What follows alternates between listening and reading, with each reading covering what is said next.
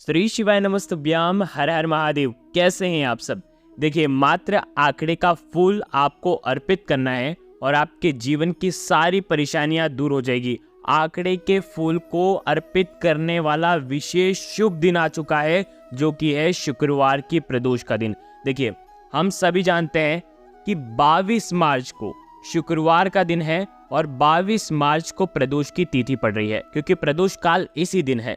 तो 22 मार्च को शुक्र प्रदोष का बहुत ही शुभ और दुर्लभ योग बन रहा है और शुक्र प्रदोष पर करने वाले 6 महा उपाय आज के इस वीडियो में हम आपको बताने वाले हैं और ये उपाय आपको प्रदोष काल के समय करना है। तो देखो, सबसे पहले 22 मार्च को शुक्रवार के दिन प्रदोष काल का जो समय रहेगा वो शाम को 6:17 से लेकर के रात्रि में 8:46 तक रहने वाला है। तो प्रदोष के काल के समय ही आपको ये उपाय करना है। देखो, हम सभी जानते हैं कि शुक्रवार का जो दिन होता है वो शुक्र ग्रह को मजबूत करता है।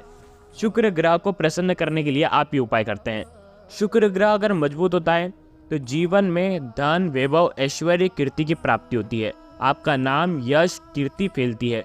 तो शुक्र ग्रह बलवान होना बहुत ज़रूरी होता है। देखो, तो शुक्र ग्रह को बलवान करना बहुत ज़रूरी होता है। देखिए, कई बार क्या होता है, देखिए, भौतिक सुख सुविधाएं मिलती हैं, समाज में बहुत मान सम्मान मिलता है और शुक्र ग्रह मजबूत होता है तो नौकरी अच्छी मिलती है, तरक्की मिलती है, व्यापार में वृद्धि होती है, पैसा मिलता है। और कहीं शुक्र ग्रह अगर कमज़ोर होता है ना तो संतान सुख नहीं मिलता है, धन की कमी रहती है और दाम्पत्य जीवन में भी सुख की प्राप्ति नहीं होती है। तो शुक्र ग्रह को मजबूत करना बहुत ज़रूरी होता है। तो इसीलिए शुक्र ग्रह को मजबूत करने के लिए सफ़ेद आंकड़े का फूल आपको शुक्रवार के दिन, प्रदोष के दिन आपको इसका आंकड़े के फूल का उपाय करना चाहिए, जो कि हम आपको बताने वाले हैं। देखो, 6 उपाय इस वीडियो में हम आपको बताएंगे। ये 6 उपाय पूज्य गुरुदेव पंडित प्रदीप जी मिश्रा की ही कथा सुन करके, समझ करके समझाने का प्रयास करूंगा। लेकिन उससे पहले आप सभी से रिक्वेस्ट करता हूँ, चैनल पर अगर आप पहली बार आए हो तो चैनल को ज़रूर सब्सक्राइब करना। देखो, एक एक करते हुए हम उपायों को समझेंगे। सबसे पहला उपाय है 108 चावल के दाने वाला और 1 बेलपत्र का उपाय। देखो, ये उपाय आपको शुक्रवार के दिन प्रदोष के समय ही करना है।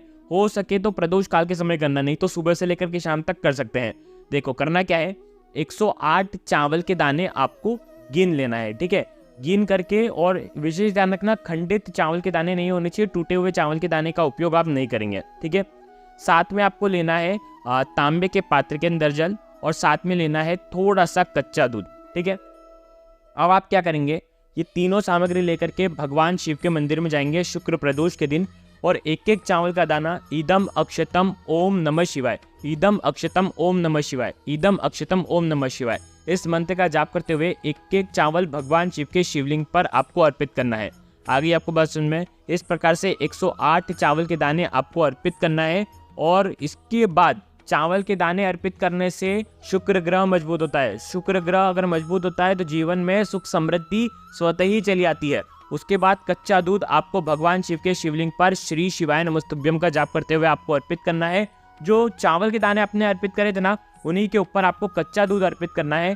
कच्चा दूध अर्पित करने के बाद जो 1 लोटा शुद्ध जल आप लेकर के आए हो, वो जल आपको भगवान शिव के शिवलिंग पर अर्पित करना है। ये उपाय करने से शुक्र ग्रह मजबूत होता है और जीवन में आ रही धन संबंधित परेशानी आपकी दूर होती है। ये हो गया पहला उपाय।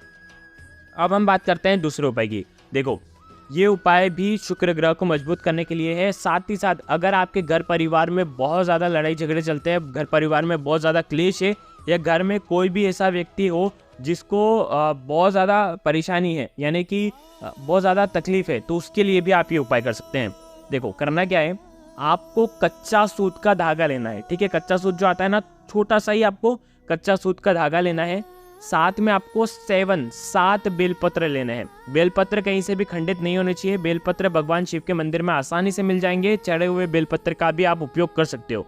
7 बेलपत्र लेना है और मात्र आपको कच्चा सूत का धागा लेना है। अब आपको क्या करना है, अगर आपके जीवन में बहुत ज़्यादा परेशानी है ना, बहुत ज़्यादा तकलीफ है, तो शुक्र प्रदोष के दिन, प्रदोष काल के समय आपको ये उपाय करना है। मंदिर में जाना, नंदी जी का जो पैर उठा हुआ रहता है उस साइड बैठना और ये 7 बेलपत्र आपको हाथ में पकड़ना है। नीचे की डंडी भी होनी चाहिए।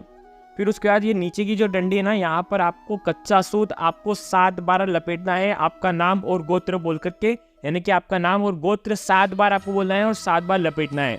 और उसके बाद ये जो बेलपत्र है, आपको क्या करना है, इन बेलपत्र के ऊपर वाली जो पत्ती है उसमें आपको कोई सा भी चंदन लगाना है। सफ़ेद चंदन हो गया, पीला चंदन हो गया, लाल चंदन हो गया, जो आपके पास है अवेलेबल वो आप लगाएंगे। एक एक बिंदी सभी 7 पत्तियों पर लगाएंगे। और उसके बाद ये जो बेलपत्र है, आपकी जो भी इच्छा है महादेव से आपको आज बोलना है, और वो आप क्या करेंगे, वो बेलपत्र महादेव के शिवलिंग पर अर्पित कर देंगे।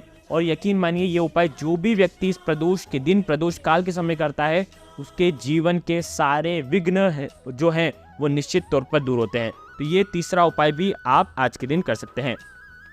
अब हम बात करते हैं चौथे उपाय की। देखो अभी कल ही के कथा में, यानी कि आप समझ लो 19 मार्च को पूज्य गुरुदेव ने कथा में बहुत ही सुंदर सा उपाय बताया था। वो है एक शमी का पत्ता, मात्र एक शमी का पत्ता।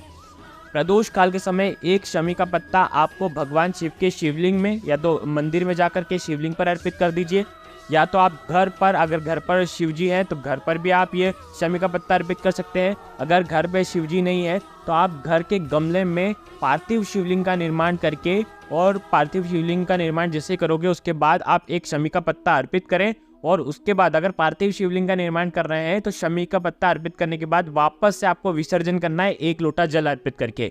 जो भी व्यक्ति शमी का पत्ता प्रदोष काल के समय अपनी कामना कह करके भगवान शिव के शिवलिंग पर अर्पित करता है, उसकी वो मनोकामना परिपूर्ण होती है। ये पूज्य गुरुदेव ने अभी इस कथा में बताया था। देखो अब हम बात करते हैं 5वें उपाय की। इस उपाय के लिए मात्र एक कमल गट्टा आपको लेना है, और एक बेलपत्र लेना है, और एक तांबे के पात्र के अंदर जल लेना है। ये उपाय वो करेगा जिनका जो व्यापार तो कर रहे हैं लेकिन व्यापार ढंग से नहीं चल रहा है, उन लोगों को ये उपाय करना चाहिए। जिनकी नौकरी तो है लेकिन नौकरी ढंग से नहीं चल पा रही है, तो उन लोगों को ये उपाय करना चाहिए। ठीक है, ये उपाय विशेषकर है धन प्राप्ति का, महालक्ष्मी को प्रसन्न करने का। शुक्रवार का दिन किसका होता है? महालक्ष्मी का। और कमल गट्टा जो है वो महालक्ष्मी का ही स्वरूप माना जाता है। देखो करना क्या है, आपको ये तीनों चीज लेकर के भगवान शिव के मंदिर में जाना है। एक बेलपत्र आपको भगवान शिव के शिवलिंग पर आपको अर्पित कर देना है। ठीक है, अब ये जो कमल गट्टा है, ये कमल गट्टा आपको जल के पात्र के अंदर, जो तांबे का पात्र है उसके अंदर जल जो है उसके अंदर आपको डालना है। और इस पात्र से शुक्रेश्वर महादेव का स्मरण करते हुए ये कमल गट्टा मिश्रित जल जो है वो आपको बेलपत्र के जो पत्ता है उसी के ऊपर आपको अर्पित करना है। जो भी व्यक्ति इस प्रकार से उपाय करता है, घर में, जीवन में जो उसका व्यापार ठप पड़ा हुआ है, जो उसकी नौकरी, जो उसमें इंक्रीमेंट नहीं हो रहा है, तो बढ़ोतरी नहीं हो रही है, तो विशेषकर उन लोगों को ये उपाय करना चाहिए। जिसे ही वो ये उपाय करेंगे उनके जीवन में खुशियों के रंग आएंगे, यानी कि आप व्यापार भी अच्छा चलेगा और जीवन में सुख समृद्धि भी आएगी। तो ये उपाय भी कर सकते हैं।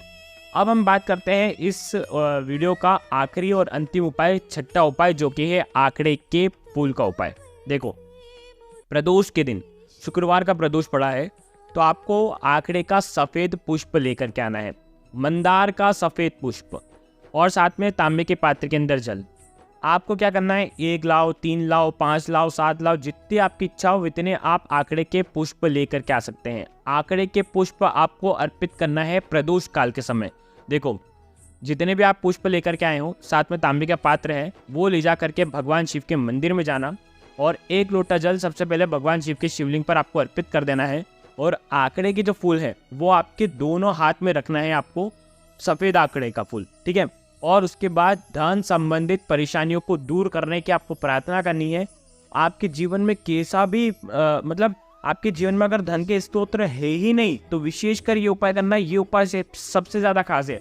हो सके तो आंकड़े का फूल जो है आप लेकर के आएँ और उसके बाद ये उपाय करें। आपकी जो भी मनोकामना है वो बोलना है, और ये पुष्प भगवान शिव के ऊपर अर्पित नहीं करना है, माता अशोक सुंदरी वाले स्थान पर अर्पित करना है। और अर्पित कैसे करोगे, आंकड़े का जो फूल होगा, जो फूल वाला हिस्सा होगा वो भगवान शिव को निहारना चाहिए, और डंडे का हिस्सा जलाधारी की तरफ होना चाहिए। तो इस प्रकार से ये सुंदर सा उपाय आपको करना है। तो देखो आज के इस पूरे वीडियो में हमने आपको 6 महा उपाय बता दिए, जो कि आपको 22 तारीख को करना है, शुक्र प्रदोष के दिन। अगर कुछ समझ में ना आए तो कमेंट में एक बार पूछ लेना, गलती नहीं करना है। श्री शिवाय नमस्तुभ्यम, हर हर महादेव।